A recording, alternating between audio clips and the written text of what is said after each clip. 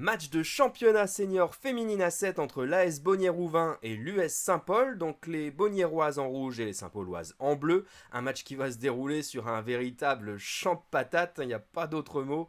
Vous voyez sur ces images, on ne peut pas appeler ça un terrain. Donc petit rappel des règles parce qu'elles diffèrent légèrement de celles chez les garçons. C'est donc des matchs à 7 contre 7, sur un demi-terrain et demi-temps de 35 minutes. Voilà pour le topo, maintenant place au jeu. La première occasion de ce match, elle est pour Saint-Paul. Laura Creton trouve Magali Hulot. Elle joue en retrait et est de nouveau servie à la limite du hors-jeu. Frappe du gauche, petit filet opposé et but, ouverture du score pour Saint-Paul après quelques minutes de jeu simplement. La touche pour Saint-Paul, mais le ballon qui est perdu est récupéré par Elodie Wattier. Elle accélère et se défait de Pauline Gervois. Elle va pouvoir se retrouver face à la gardienne Marilyn Decoq, mais celle-ci sort dans ses pieds, le ballon qui revient sur Sarah Pruvot qui frappe devant le but vide, mais ça passe à côté des cages de l'USSP. C'est difficile de produire du jeu sur un terrain pareil, on le verra tout au long de ce match malheureusement. Ici, Clarisse Gervois voit son ballon récupéré par la défense saint-pauloise, mais ça revient dans les pieds de Sarah Pruvot qui frappe, mais aucun problème pour Marilyn Decoq. On est désormais de l'autre côté du terrain. Laura Creton cherche une coéquipière sur l'aile droite mais trouve l'arbitre sur la trajectoire. Ça profite à Bonnière et à Elodie Wattier qui se défait d'une joueuse, puis deux, se présente face à la gardienne et marque. Égalisation pour l'ASBH sur cette action pour le moins litigieuse où l'arbitre est donc passeur décisif, mais le but est bel et bien validé. La réaction Saint-Pauloise sur coup franc, la capitaine Magali Hulot s'élance, elle frappe mais c'est repoussé en corner par Caroline Gervois.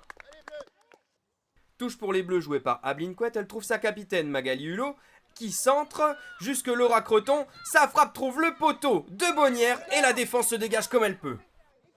Renvoi au 6 mètres pour la SBA joué dans les pieds, on remonte le ballon tranquillement, mais perte de balle au milieu de terrain, la balle revient jusque Magali Hulot. Elle se présente face à la gardienne, frappe du gauche à l'entrée de la surface, mais sans aucun souci pour Caroline Gervois. Nous sommes désormais en seconde période et la capitaine Saint-Pauloise est décidément dans tous les bons coups puisque c'est elle qu'on retrouve à nouveau ici avec ce bon travail au milieu de terrain. Elle sert Laura Creton, dont la frappe n'inquiète pas la gardienne bonniéroise. Réponse des Rouges quelques minutes plus tard, débordement sur l'aile droite et le centre en direction de Kimberley Fievé, mais sa frappe passe au-dessus des buts de Marilyn Decoq. Relance à la main de la gardienne Saint-Pauloise, le ballon qui parvient jusqu'à Laura Creton, elle s'appuie sur sa capitaine Magali Hulot, 1-2 entre les deux joueuses, tentative de la numéro 12 Saint-Pauloise, mais nouvel arrêt de Caroline Gervois. On est de nouveau dans le camp de l'USSP avec une opportunité peut-être pour les Bonniéroises et Alexina Cavalier, mais récupération de balle des Saint-Pauloises, long ballon, loin devant, en direction de Magali Hulot qui se présente face à la gardienne. Et le retour de Suzanne Fardel qui fait faute à l'entrée de la surface. Coup franc pour Saint-Paul. Et ce coup franc, c'est la numéro 10 Saint-Pauloise qui s'en charge et le transforme 2-1 désormais pour l'USSP, doublé pour la capitaine Saint-Pauloise. Caroline Gervois était sur la trajectoire, mais elle n'a rien pu faire.